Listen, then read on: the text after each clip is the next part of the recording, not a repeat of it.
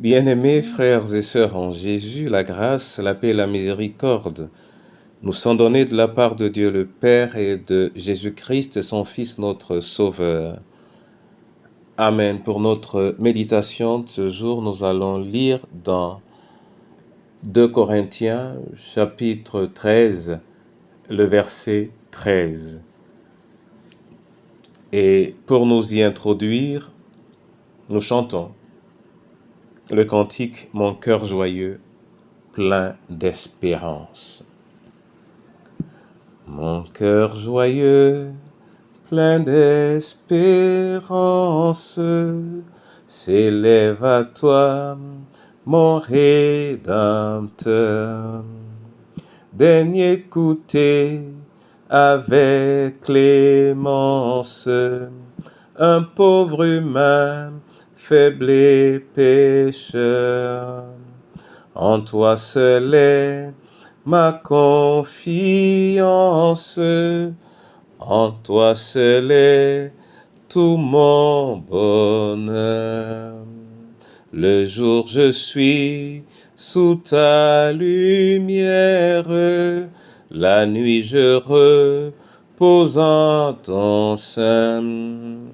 Dès le matin à ma prière, tu viens éclairer mon chemin. Et chaque soir, ô mon bon Père, tu prépares mon lendemain. Je vais te dire merci Seigneur pour ton amour. Et je vais me réjouir à tes pieds pour ta parole. Accorde-nous-la encore aujourd'hui, car sans elle, nous ne saurons vivre. Au nom de Jésus-Christ, nous te prions. Amen. De Corinthiens 13, verset 13. Là, il est écrit que la grâce du Seigneur Jésus-Christ, l'amour de Dieu et la communion du Saint-Esprit soient avec vous tous. Amen. Bien-aimés frères et sœurs en Jésus, ces paroles sont les paroles qui clôturent en quelque sorte l'épître, mais c'est sensiblement les mêmes paroles qui ouvrent cette épître. Ce sont des paroles de salutation. En réalité, les paroles de salutation sont des paroles de transmission de la paix, shalom.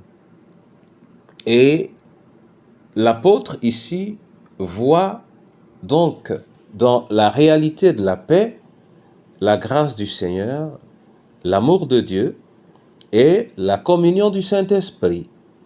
Voilà les trois éléments qui sont le fondement de la paix.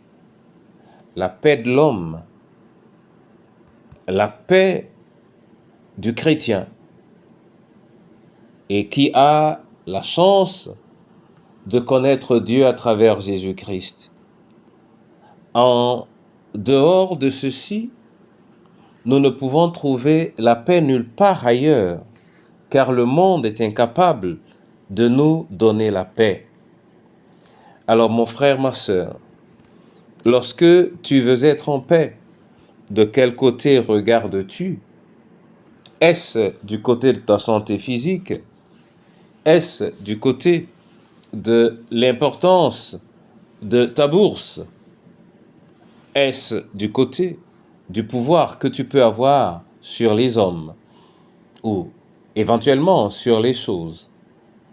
L'apôtre Paul dit à travers cette épître, « Ma paix, ta paix, c'est dans la grâce du Seigneur. » Elle n'est pas méritée la grâce. Ta paix, ma paix, c'est dans l'amour de Dieu.